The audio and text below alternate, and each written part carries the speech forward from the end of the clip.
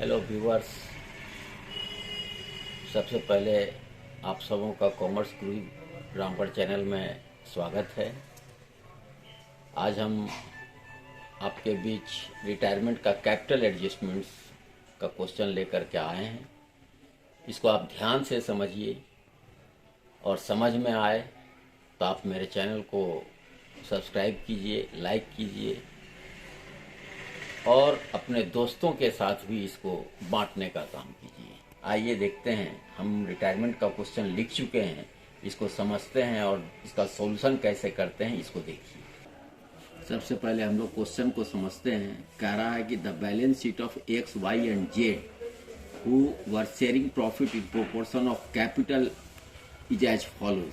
X, Y और Z ये तीन पार्टनर हैं और इन लोग का प्रॉफिट शेयरिंग रेशियो जो है वो कैपिटल के रेशियो में है। आइए हम यहीं से क्वेश्चन को समझना शुरू करते हैं। ये तीन पार्टनर है एक्स, वाई और जेड। इनका कैपिटल 25,000, 20,000 और 15,000 है। अगर हम इसको और शॉर्ट करें तो 5 पचे 25, 5 चौका 20 और 5 तिया 15, ये इनका रेशियो है। आगे देखिए, कह रहा है ये बैलेंस शीट दिया हुआ है। इस बैलेंस शीट के अंदर कोई भी एक्यूमुलेटेड प्रॉफिट नहीं है, आपका कोई भी एक्यूमुलेटेड लॉस नहीं है। अब आगे क्या कहता है, Y retires on the following terms. Y retire कर रहा है। कौन रिटायर कर रहा है? वाई। आइए क्या कहता है, that the stock be depreciated by 5% and land and building be appreciated by 20%। ये रीवैल्यूएशन का है। तो आइए रीवैल्यूएशन का भी हम लोग काम करके देखते हैं। ये रफ कर रहे हैं हम लोग समझने के लिए क्वेश्चन को। ये रीवैल्यूएशन हो गया। रीवैल्यूएशन में हम बताए थे कि दो चीज मिलता है, या तो आपको प्रॉफिट मिलेगा या आपको लॉस मिलेगा। तो आइए यहाँ पर कह रहा है कि स्टॉक 5% डेप्रिसिएट कर गया, यानी कि ये लॉस है हमारा। स्टॉक 10,000 है, 10,000 का अगर हम 5% निकालते हैं तो 500 रुपये का, यानी कि हमारा लॉस जो है वो 500 रुपया का स्टॉक में हो रहा है। जबकि ये कह रहा है कि लैंड एंड बिल्डिंग में एप्रिसिएट हो गया है 20%। लैंड एंड बिल्डिंग का वैल्यू है 25,000। 25,000 का अगर हम 20% कैलकुलेट करें तो 5,000 आता है। ये हमारे लिए प्रॉफिट है। देखो, लैंड एंड बिल्डिंग पे हमको प्रॉफिट हो रहा है 5,000 रुपये का। आगे कह रहा है that the provision for doubtful debts be increase to 5%। देखिए यहाँ पर समझने का है, यह है इंक्रीज टू, यानी कि जो हमारा डॉटफुल डेट्स है वो बढ़कर 5% हो गया है। डेटर्स हमारा 5,000 दिया हुआ है। 5,000 का 5% अगर हम निकालें तो 250 रुपया होता है, जबकि ऑलरेडी हमारे पास 100 रुपये का प्रोविजन पहले से था। यानी कि नया जो प्रोविजन हो रहा है वो 150 रुपये का हो रहा है, जो कि हमारे लिए लॉस है। तो हम यहाँ पर इसको लिख सकते हैं, प्रोविजन डॉटफुल डेट्स के लिए 150। आगे बढ़ते हैं। That the provision of ₹750 be made in respect of outstanding legal charges. ये भी हमारे लिए लॉस है। तो आइए, आउटस्टैंडिंग लीगल चार्जेस ये हमारा 750 था। आगे क्या कर रहा है, that the goodwill of the entire firm be fixed at ₹16,200। अब ये देखिए, इसका मतलब है कि और हमारे पास किसी तरह का कोई प्रॉफिट लॉस दिया हुआ नहीं है, यानी कि हमारा टोटल लॉस 5, 1, 6, 7, 13, 1,400 रुपये का नेट लॉस हो गया। जबकि प्रॉफिट मेरा 5,000 का है, यानी कि नेट प्रॉफिट हमारा जो है वो 5,000 माइनस 1,400, यानी कि 3,600 रुपया। ये 3,600 रुपया आपका एक्स, वाई और जेड में बढ़ जाएगा। ये 3,600 रुपये एक्स, वाई और जेड में बढ़ जाएगा, जो ओल्ड रेशियो में बटेगा, जो कि ओल्ड रेशियो हमारा है 5:4:3 में बढ़ जाएगा। चलिए, इस प्रकार रिवैल्यूएशन का काम हो गया। अब आगे क्या कहता है ये देखते हैं हम लोग। कह रहा है कि that the goodwill of the entire firm be fixed at ₹16,200। पूरे फर्म का जो गुडविल है वो 16,200 है। तो इसका मतलब है कि पूरे फर्म का अगर गुडविल 16,200 रुपया दिया हुआ है तो इसमें रिटायर करने वाला कौन है? वाई। तो सबसे पहले आप वाई का शेयर निकालो। तो Y share equal to 16,200 into Y का शेयर क्या है, देखिए 5 और 9 3 12, यानी कि 4/12 इंटू 4/12, 4 तिया 12, 3 पचे 15 और 3 चौका 12, यानी 5,400 रुपया जो है वाई का शेयर आ रहा है। तो ये वाई का शेयर जो है वो एडजस्ट हो जाएगा किस में? एक्स और जेड में। किस रेशियो में? तो गेनिंग रेशियो में। तो गेनिंग रेशियो आपको कैलकुलेट करना पड़ेगा। तो आइए देखते हैं कोई रेशियो नया चेंज हुआ है क्या। कह रहा है that X and Z decided to share future profit in equal ratio, यानी कि ये इनका रेशियो ही चेंज हो गया है, न्यू रेशियो दिया हुआ है। तो देखिए न्यू रेशियो इसका दिया हुआ है, new ratio of X and Z equal to 1:1। तो इसका मतलब है कि गेन क्या है नहीं है ये निकालना है, गेनिंग रेशियो। तो एक्स का गेनिंग रेशियो क्या होगा ये देखिए, तो new ratio minus old ratio, यानी 1/2 माइनस ओल्ड है 5 4 9 3 12, यानी कि 5/12। इसका एलसीएम आप लेते हो तो 12 हो जाएगा। 6 माइनस 5 यानी कि इसका 1/12 गेन है। जबकि जेड का क्या है, तो 1/2 माइनस 3/12, इसका मतलब है कि ये हो गया 12। 6 माइनस 3 इक्वल टू 3/12। इसका मतलब गेनिंग रेशियो जो हमारा है वो 1:3 है। तो ये 1:3 में एडजस्ट हो जाएगा एक्स और जेड में। आगे क्या कहता है देखिए, that the entire capital of the new firm be fixed at ₹48,000 between x and Z in equal proportion. अब कह रहा है कि जो नया फर्म एक्स और जेड का होगा उसका टोटल कैपिटल 48,000 होगा एक्स और जेड का मिला के, जो कि इक्वल प्रोपोर्शन में होगा, यानी कि 24,000 एक्स का और 24,000 जेड का होगा।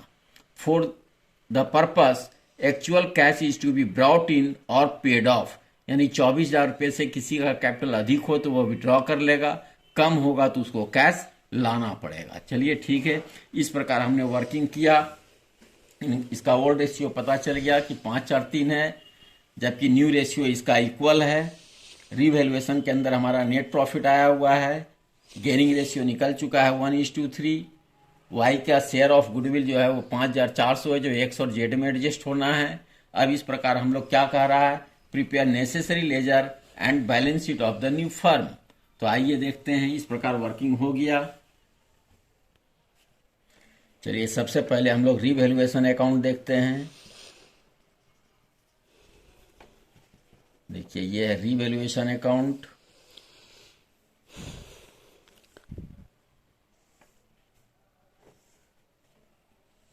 किसी भी तरह का कोई लॉस होता है तो हमने कहा था किधर आएगा, अगर कोई प्रॉफिट होता है तो वो इधर आएगा। तो आइए रीवैल्यूएशन में प्रॉफिट देखिए सिंगल है लैंड एंड बिल्डिंग पे, तो हम इसको इधर लिखेंगे by land and building, by land and building, ये हमारा 5,000 है।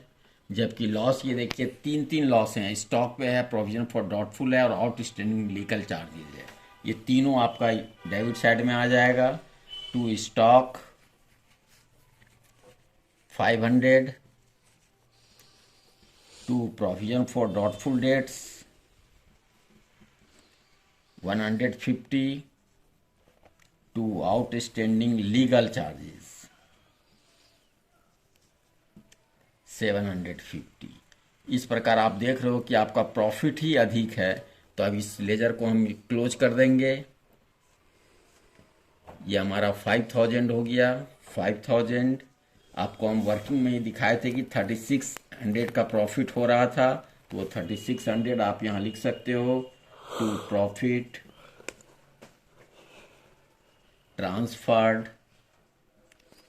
To capital account, to capital account X Y और जेड तीनों में जाएगा और ओल्ड रेशियो में जाएगा, जो कि ओल्ड रेशियो यहाँ पर देख रहे हैं 5 4 9 और 3 12, यानी 5/12, 4/12 और 3/12 है।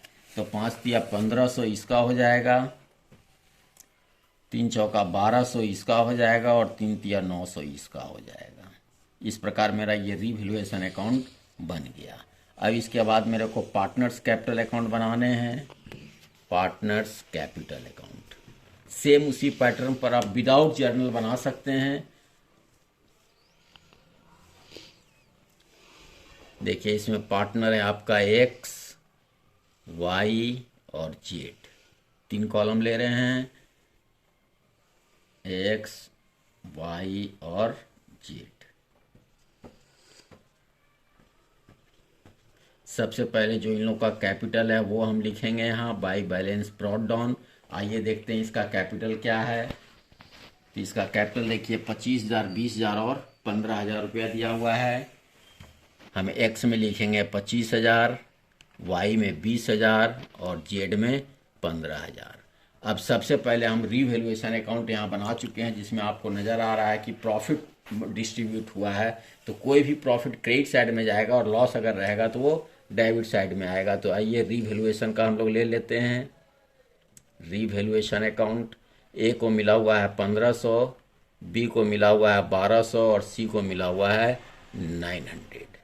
चलिए रीवैल्यूएशन कंप्लीट हो गया। गुडविल का ट्रीटमेंट हम लोग करते हैं। इसमें रिटायर करने वाला पार्टनर वाई है ना, तो वाई को जो गुडविल मिल रहा है वो एक्स और जेड के गेनिंग रेशियो में जाता है। तो हम यहाँ लिख सकते हैं एक्स कैपिटल और बाई जेड्स कैपिटल। आपको मालूम है कि वाई शेयर ऑफ गुडविल जो था वो देखिए 5400 है, जिसको 1:3 में चल जाना है। यानी कि 4 से अगर आप करते हो तो 4 एकम 4, 4 या 12, 1320 रुपया जो है एक्स में जाएगा, 1320। और जेड का कैपिटल जो होगा वो उसका 3 मल्टीप्लाई हो जाएगा, 3 दूनी 6, 3 तिया 9, 3 एकम 3 ना,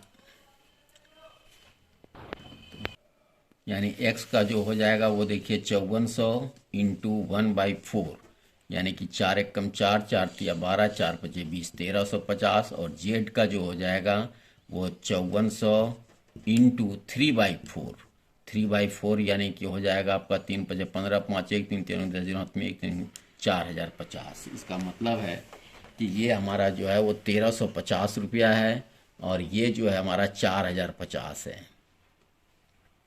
4050। इस प्रकार 5400 रुपया। जब एक्स और जेड हम यहाँ गुडविल दे रहे हैं तो वो इधर भी आएगा टू वाइज कैपिटल, एक्स में 1350 और जेड में 4050। इस प्रकार गुडविल और रीवैल्यूएशन का ट्रीटमेंट हो चुका है। अब किसी तरह का कोई एक्यूमुलेटेड प्रॉफिट और लॉस नहीं था यहाँ पर, इसलिए एक्यूमुलेटेड प्रॉफिट या लॉस का कोई डिस्ट्रीब्यूशन नहीं होगा। इसके बाद आप ये देख रहे हो कि जेड जो है वो वाई जो है वो रिटायर कर रहा है और इसका पेमेंट के लिए कोई डायरेक्शन दिया हुआ हमारे पास नहीं है। इसका मतलब है कि वाई का जो भी बैलेंस निकलेगा वो लोन अकाउंट में ट्रांसफ़र हो जाएगा। तो आइए 5 और 5 10 का 0 1, 1 और 2 3 और 3 6, 1 1 2 और 4 6, 2 26,600 रुपया हो रहा है। 5 5 10 0 1 2 3 3 6, 4 1 5 1 6 2, 26,600 रुपया, 26,600 यहाँ हो जाएगा टू वाइज लोन अकाउंट, 26,600। इस प्रकार हमारा वाई रिटायर कर गया। अब एक्स और जेड के बीच में यहाँ बता रहा था कि इसका कैपिटल जो होगा वो 48,000 होगा नया फर्म में, और वो भी इक्वल प्रोपोर्शन में होगा, यानी 24,000 ईच। तो हम उस 24,000 को यहाँ लिख सकते हैं to balance carried down. X में भी 24,000 और जेड में भी 24,000। अब जिसको लाना होगा वो लाएगा, जिसको ले जाना होगा वो ले जाएगा। तो एक एक करके अब हम इसको हिसाब कर देंगे। देखिए इसका इधर अधिक है, ये आपका टोटल हो जा रहा है 24 4 28,050। यहाँ भी हम लिखेंगे 28,050। अब बैलेंस देखते हैं, 50 9 और 1 10 का 0 1 5 6 और 2 8, 1 और 1 2, यानी कि 12,150 रुपया इसको लाना पड़ेगा बैंक का। जबकि इसका देखिए इधर अधिक है, इसका 26,500। यहाँ भी आप लिखोगे 26,500। यहाँ पर क्या स्थिति है ये देखिए, 5 5 10 0 1 3 4 और 1 5, 1 और 4 5 और 1 6, 1150 रुपया इसका ओवर है। तो ये जो है विड्रॉ कर लेगा टू बैंक, ये ध्यान रखिएगा। इस प्रकार ये कैपिटल एडजस्टमेंट कंप्लीट हो जाता है। इसके बाद हम लोग बैलेंस शीट बना सकते हैं। देखिए balance sheet of the new firm, अब कोई डेट है नहीं, अगर डेट होता तो हम उस डेट को यहाँ डाल सकते थे, लेकिन ऐसा कोई डेट दिया हुआ नहीं है।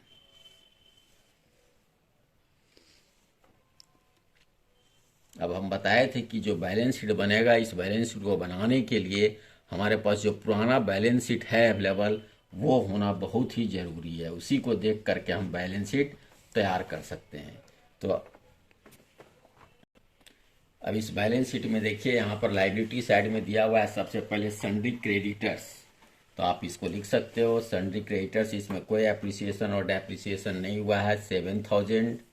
आपके पास रिवैल्यूएशन में भी आप देख सकते हो कि एक आउटस्टैंडिंग लीगल चार्जेस क्रिएट हुआ था, तो आप वो लिख सकते हो आउटस्टैंडिंग लीगल चार्जेस 750।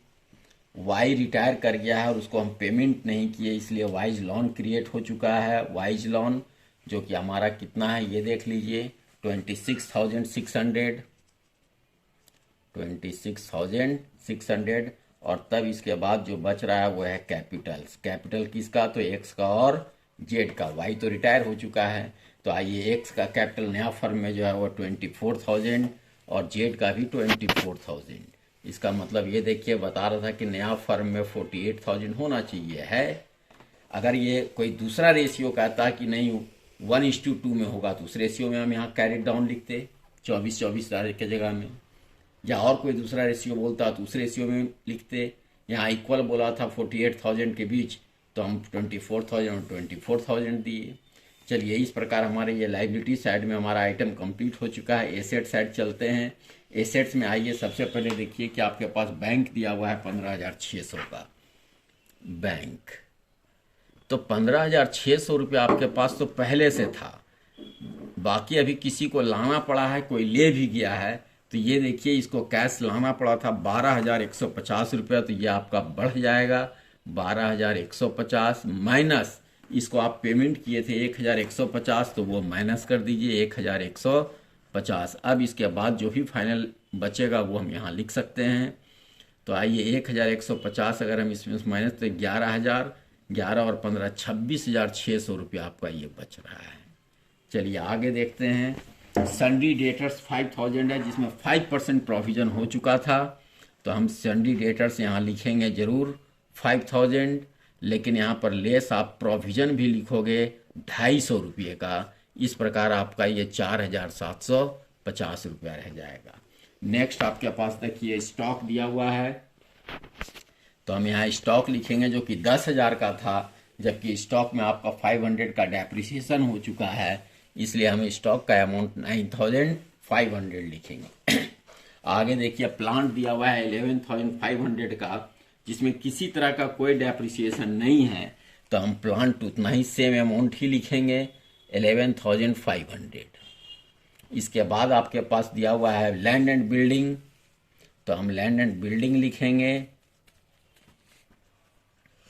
देखिए लैंड एंड बिल्डिंग आपका 25,000 दिया हुआ है, जबकि उस पर एप्रिसिएशन हो चुका है 5,000 का, यानी कि ये 30,000 हो जाएगा।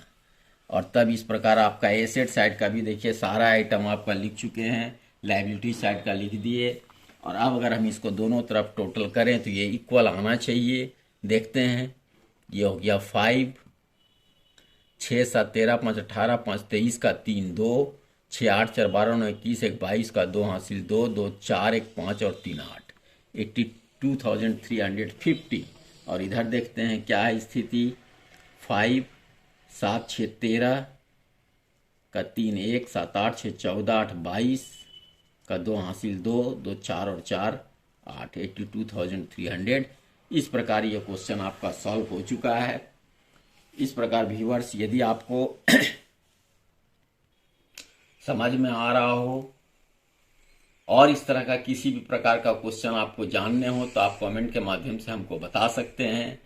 और यदि आप इसको समझ रहे हैं तो आप अपने दोस्तों के साथ भी इसको शेयर कीजिए और सब्सक्राइब करना ना भूलिएगा। साथ ही साथ पूरा वीडियो देखिए। अधूरा वीडियो देखने के बाद आपको कोई भी समझ में नहीं आएगा। आप चाहें तो और भी क्लियर तरीके से समझने के लिए जब हम रिटायरमेंट का कॉन्सेप्ट डाले थे, उस वीडियो को भी देखने का काम करें। धन्यवाद।